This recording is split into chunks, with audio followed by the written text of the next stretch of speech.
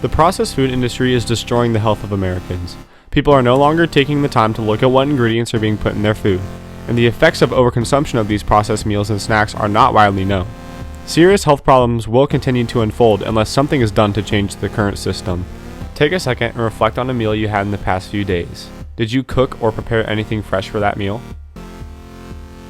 If not, then you most likely ate something that was processed or had processed ingredients. But I'm sure that you didn't think about this when you were eating it.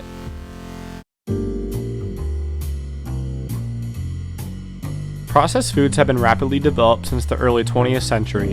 They first started out as nutrient-rich foods that were easily produced with long shelf life for soldiers and civilians during wartime. As time went on, they continued to be made and new sciences were being developed for production. More chemicals and preservatives were being added, which made for food to last longer and be made cheaper. It had become a household staple towards the late 20th century, and families' diets began to revolve around processed foods, which was the start of a huge problem. The current system in America allows for these unhealthy foods to be reaching shelves. Many people don't see how big of a problem it is. Large amounts of chemicals, substitutes, and preservatives are added into food, and it's changing the way that humans are able to process what they are eating. Watch this short clip from BBC about some experiments and studies done on processed foods and their ingredients. Listen closely because after hearing this, you may want to start looking at the label on the back of your food packaging. So here we have carboxymethylcellulose, CMC, which is one of the commonest emulsifiers used in the food industry. And I'm just going to demonstrate what happens when you just add water to it and it very rapidly becomes like a glue. The food industry uses around 60 different emulsifiers to enhance the appearance, texture and shelf life of ultra-processed foods. Some are naturally occurring, others are chemically produced.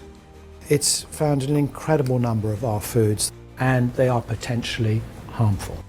Dr. Mathilde Touvier is leading one of the world's biggest studies into food additives, publishing regular reports based on the health and eating habits of 174,000 people.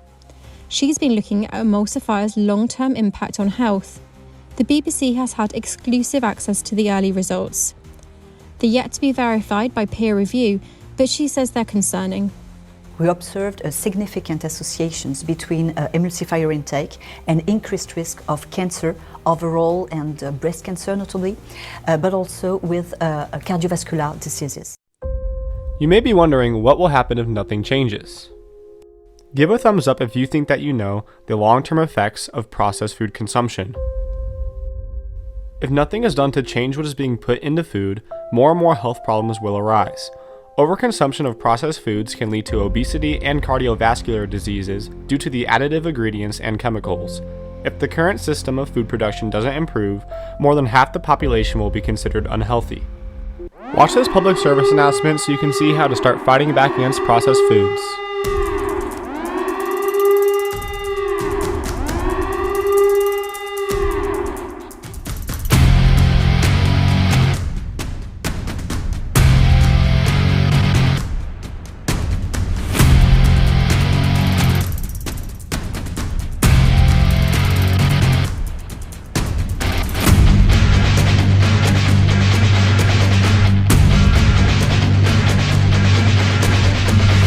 Now, in order to completely get rid of the dangers of processed foods, we would need to do something like eliminate dangerous ingredients or even entire products. Banning these ingredients will have significant health effects on Americans. This is because it will not only get rid of dangerous ingredients, but also help Americans focus their diet on healthier foods that are made naturally. Watch this short podcast clip on why banning certain ingredients and eating healthier will have positive impacts on consumers.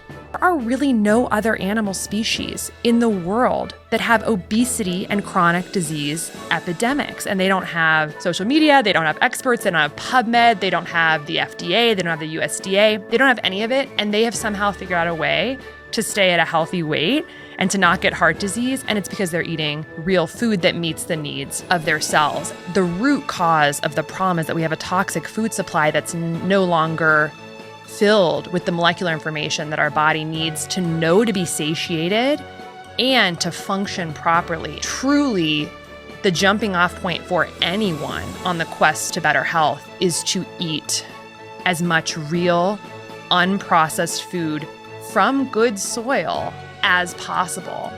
I do believe that by banning certain ingredients and focusing on healthier food, American lifestyles can become much healthier. It is imperative to start the movement to fix the addictive diet that so many people are on. Raise your hand if you are now going to start looking at what's being put in your food, because I sure know I am. Thank you for watching, and have a great day!